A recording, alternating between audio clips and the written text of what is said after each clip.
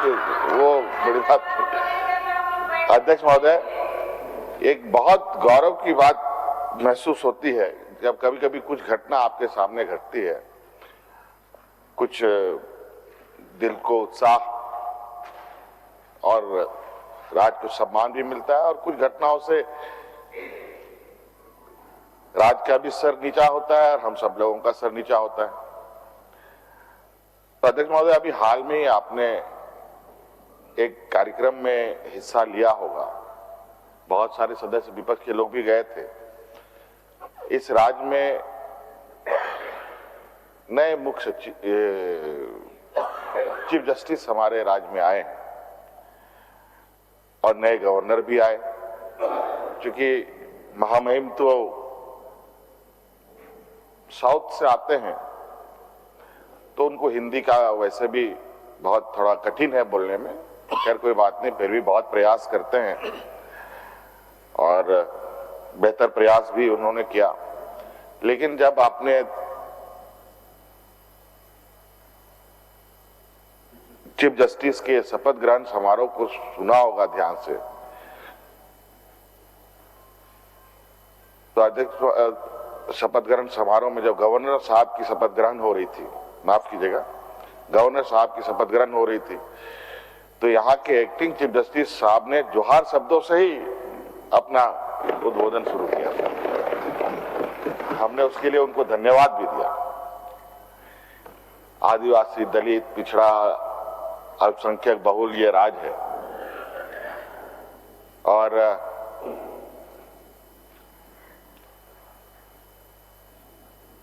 इन वर्गों को आगे बढ़ने का और बड़े बड़े ऊंचे ऊंचे पदों पर पहुंचना तो दूर की बात है अध्यक्ष महोदय, एक न्यूनतम मान सम्मान भी इन वर्गों को नहीं मिल पाता है।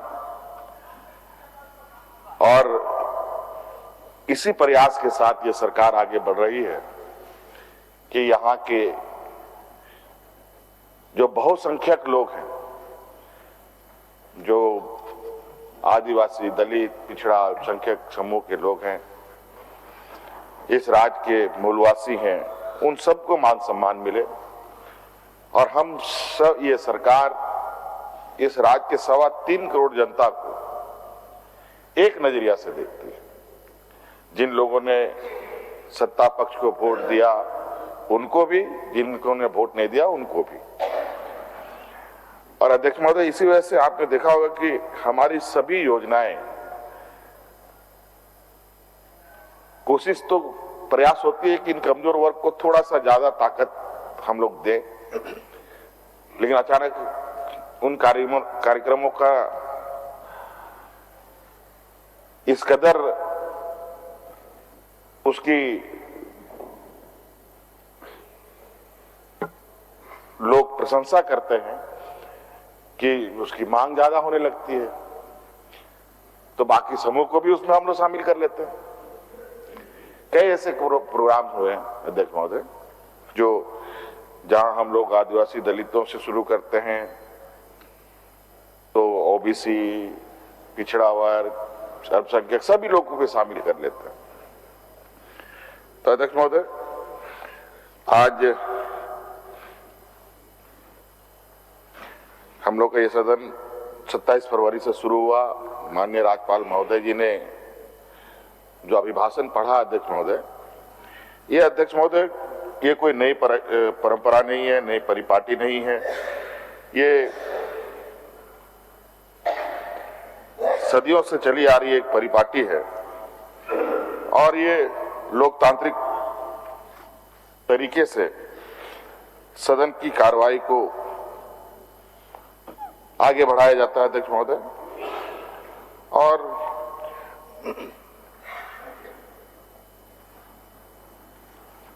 स्वाभाविक है, सरकार अपने कार्यों के संदर्भ में राज्यपाल के माध्यम से पूरे राज्य को, पूरे सदन को अवगत करवाते हैं। सत्ता पक्ष के लोगों ने भी यही किया था अध्यक्ष महोदय। लेकिन आपने एक इसमें खास बात देखी होगी अध्यक्ष महोदय, जो हम कर सकते थे लेकिन हम लोगों ने नहीं किया अध्यक्ष महोदय, क्योंकि हम लोग पॉजिटिव सोच के साथ सरकार को चलाने का हम लोगों का प्रयास है। अगर सरकार ने अपनी बखान उस अभिभाषण में लिखा है तो इनकी नाकामी भी उसमें लिख सकती थी अध्यक्ष, लेकिन पूर्व की नाकामी की एक शब्द भी आपको उसमें आपने नहीं देखा होगा अध्यक्ष महोदय। और इसलिए ये लोग अभिभाषण पर चर्चा नहीं किए और ये लोग जो अपने राजनीतिक बातें थी उन लोगों ने रखी। और मुझे लगता है अध्यक्ष महोदय, इस राज्य में 20 सालों में तो सबसे अधिक इन लोगों ने ही सत्ता का सुख भोगा। विपक्ष की असली ट्रेनिंग तो अब हो रही है इनके अध्यक्ष महोदय। 20 सालों में तो पहली बार इनको ये ट्रेनिंग दिया जा रहा है या मिल रहा है कि विपक्ष में हम लोग कैसे आचरण करें, कैसे बहस करें, किन मुद्दे को उठाएं। तो अध्यक्ष महोदय, तो स्वाभाविक रूप से जिस तरीके से पहला दिन का चर्चा रहा था, मुझे लगा कि इस बार तो सदन एकदम फुल बैटरी चार्ज होके आया है। सभी लोग लगता है कि इतनी जोर जोर से माइक की तो आवश्यकता ही नहीं पड़ती अध्यक्ष महोदय, इतनी आवाज में बुलंदी थी, चाहे सत्ता पक्ष की तरफ से हो चाहे विपक्ष की तरफ से हो। बिरंची रनायण साहब ने तो मुझे तो उसमें हेडफोन लगाने की भी जरूरत नहीं पड़ी, इतनी जबरदस्त इनकी आवाज थी। खैर अध्यक्ष महोदय, मैं सुनिएगा जरूर, बहुत आप लोग को मैं जो भी बात कहूंगा आपको तकलीफ नहीं होने दूंगा कि आपको किस तरीके से आपकी स्थिति है। अध्यक्ष महोदय, आज बड़ा अच्छा समीर मोहंती जी ने कुछ बातों को रखा। शायद उस चीज को मैंने भी नहीं सोचा होगा कि लोग किस तरीके से सोचते हैं। जो भ्रूण हत्या की बात इसने कही कि बच्चों की 15-16 साल में शादी हो जाती है, और आज सावित्रीबाई फुले योजना के माध्यम से कैसे भ्रूण हत्या में कमी आएगी, ये इन्होंने एक बहुत अच्छा एक सोच सदन के सामने रखा। आज निश्चित रूप से बाल विवाह का वजह क्या है अध्यक्ष महोदय? गरीबी, अशिक्षा, इन्हीं वर्गों में सबसे अधिक बाल विवाह होता है। जो गरीब है, मजदूर हैं, पैसे का अभाव है, खाने पीने के लिए घर में अनाज नहीं है, वही लोग करते हैं अध्यक्ष महोदय। पढ़ा लिखा और सम्भ्रांत घर में बाल विवाह नहीं होता है। अगर कोई होता हो तो आप लोग विपक्ष के साथी लोग बता सकते हैं। आज इस योजना के माध्यम से निश्चित रूप से किसी भी बच्ची का स्वाभिमान भी बढ़ेगा और एक बालिग होने तक पढ़ने की भी उसकी इच्छा जगेगी,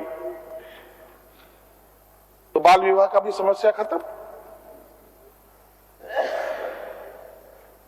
कितनी दूर तक की ये बात है देखो। और हम लोगों ने इस आशय से इस योजना को चुना था कि बच्ची पढ़ेगी तो उसकी आने वाली पीढ़ी भी पढ़ा लिखा होगा, समझदार होगा। अगर हम इस योजना का दायरा को देखें तो दायरा तो उससे कहीं और ज्यादा निकल रहा है देखिए महोदय।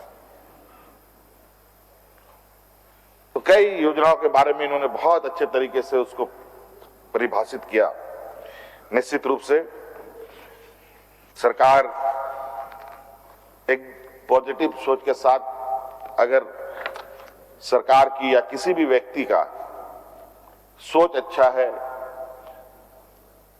अगर उनके विचार अच्छे हों तो कार्य भी अच्छे होंगे, ये हमारा मानना है। मैं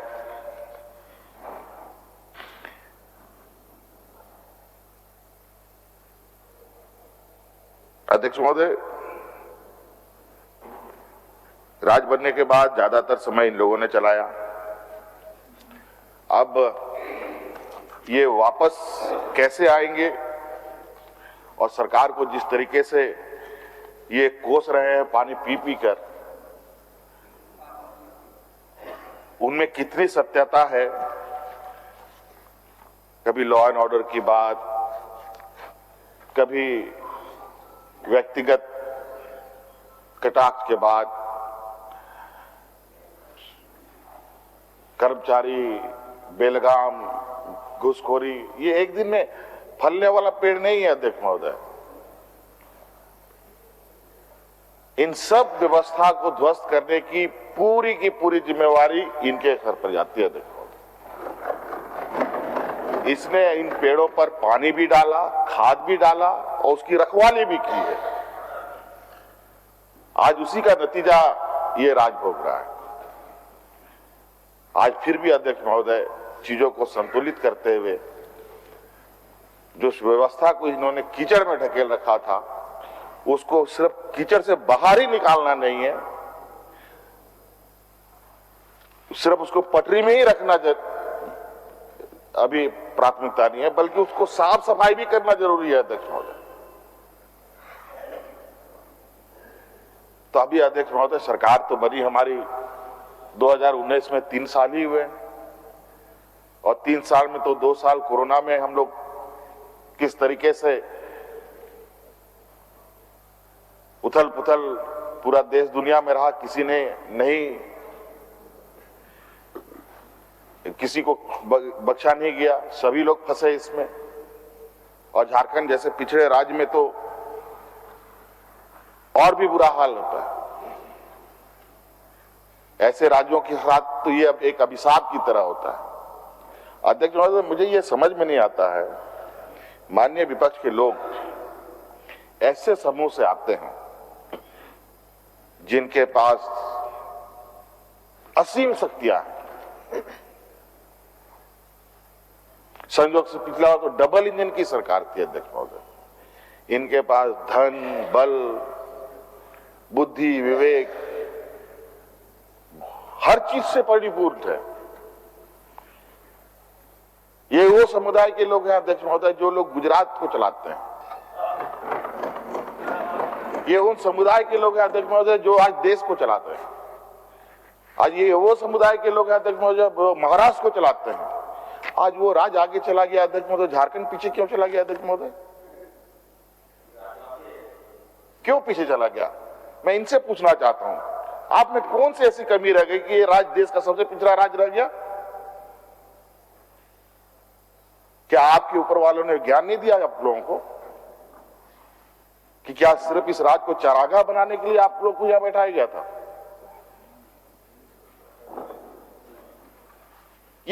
मुझे ये बात समझ में नहीं आया अध्यक्ष महोदय। हम लोग अनपढ़ हो सकते हैं, गंवार हो सकते हैं, आदिवासी, दलित, पिछड़ा, वैसे भी कुछ भी कर ले, आपको आगे नहीं बढ़ना है।